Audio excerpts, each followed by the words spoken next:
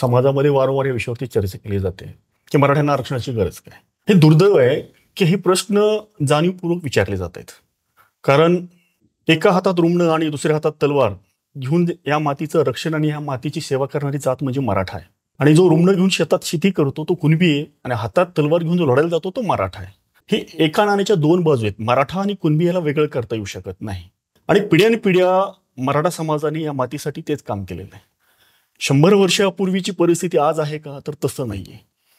आज देश जागतिक लेवलवर विकासाच्या बाबतीत जीडीपीच्या बाबतीत 4थ्या लेवलवर 3ऱ्या लेवलवर काहीतरी चाललंय असं माननीय पंतप्रधान म्हणतायत. कुठल्याही देशाच्या विकासाची व्याख्या कशावरून केली जाते, त्याचं मोजमाप काय आहे. काही ठराविक वर्गाकडे पैसा आला म्हणजे देश विकासाकडे गेला का, तर नाही. तर त्या देशातील सामान्य जनतेचा विकास किती झाला यावरून त्या देशाच्या विकासाचं मोजमाप केलं जातं. 100 वर्षापूर्वी आमच्या देशामध्ये या महाराष्ट्रामध्ये मराठा समाज पाटील देशमुख म्हणून एक 20-25% वर्ग होता. तो आता तो 5-10% राहिलेला आहे. ह्या 100 वर्षाच्या काळामध्ये काही बदल झाले का, स्थित्यंतर झाले का, तर मोठ्या प्रमाणात झाले. आज आपण पुण्यासारख्या शहरामध्ये राहतो. मी मराठवाड्यातून आलोय. ऍव्हरेज मराठवाड्यामध्ये एका गावामध्ये 55 ते 60% मराठा समाज राहतो.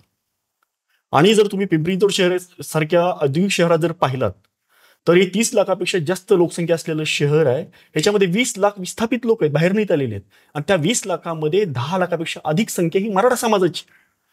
जर हा समाज प्रस्थापित असता, हा पाटील असता, हा देशमुख असता, तर ह्या लोकांना गाव सोडून यावं लागलं नसतं ना. ह्यांना ही वेळ का आली, कारण ह्या देशाचा विकास इथल्या कष्टकऱ्यांच्या शेतकऱ्यांच्या रक्तामासावर उभा आहे. सुरुवातीला विकासाच्या नावाखाली आमच्या जमिनी काढून घेतल्या गेल्या. आजचे जे रेल्वे स्टेशन उभे आहेत, आजच्या एमआयडीसी उभे आहेत, सीएमईच्या नावानं उद्योगधंद्याच्या नावानं आमच्या जमिनी पहिल्या काढून घेतल्या गेल्या. इंदिरा गांधींनी सिलिंगच्या नावाखाली आमच्या जमिनी काढून घेतल्या.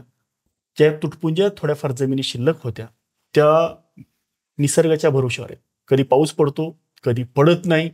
पडला तर पिकेल, त्याला भाव मिळेल की नाही याची शाश्वती नाही. कारण या जगामध्ये, या भारतामध्ये एकमेव शेती असा व्यवसाय आहे की जो स्वतः कष्ट करून तो पिकवतो, पण त्याचा भाव ठरवण्याचा अधिकार आमच्याकडे नाहीये. माझ्यासारखे आज लाखो तरुण गाव सोडून शहरात येऊन राहतात, 24 तास कष्ट करतात. ही वेळ आमच्यावर कोणी आणली? ह्या देशाचा विकास होतोय का देश अधोगतीकडे जातोय याचा विचार माननीय पंतप्रधान आणि माननीय देवेंद्रजी फडणवीस यांनी करायची वेळ आलेली आहे. मराठ्यांना आरक्षण मागायची वेळ ह्या व्यवस्थेने आणि ह्या सरकारनं आणली.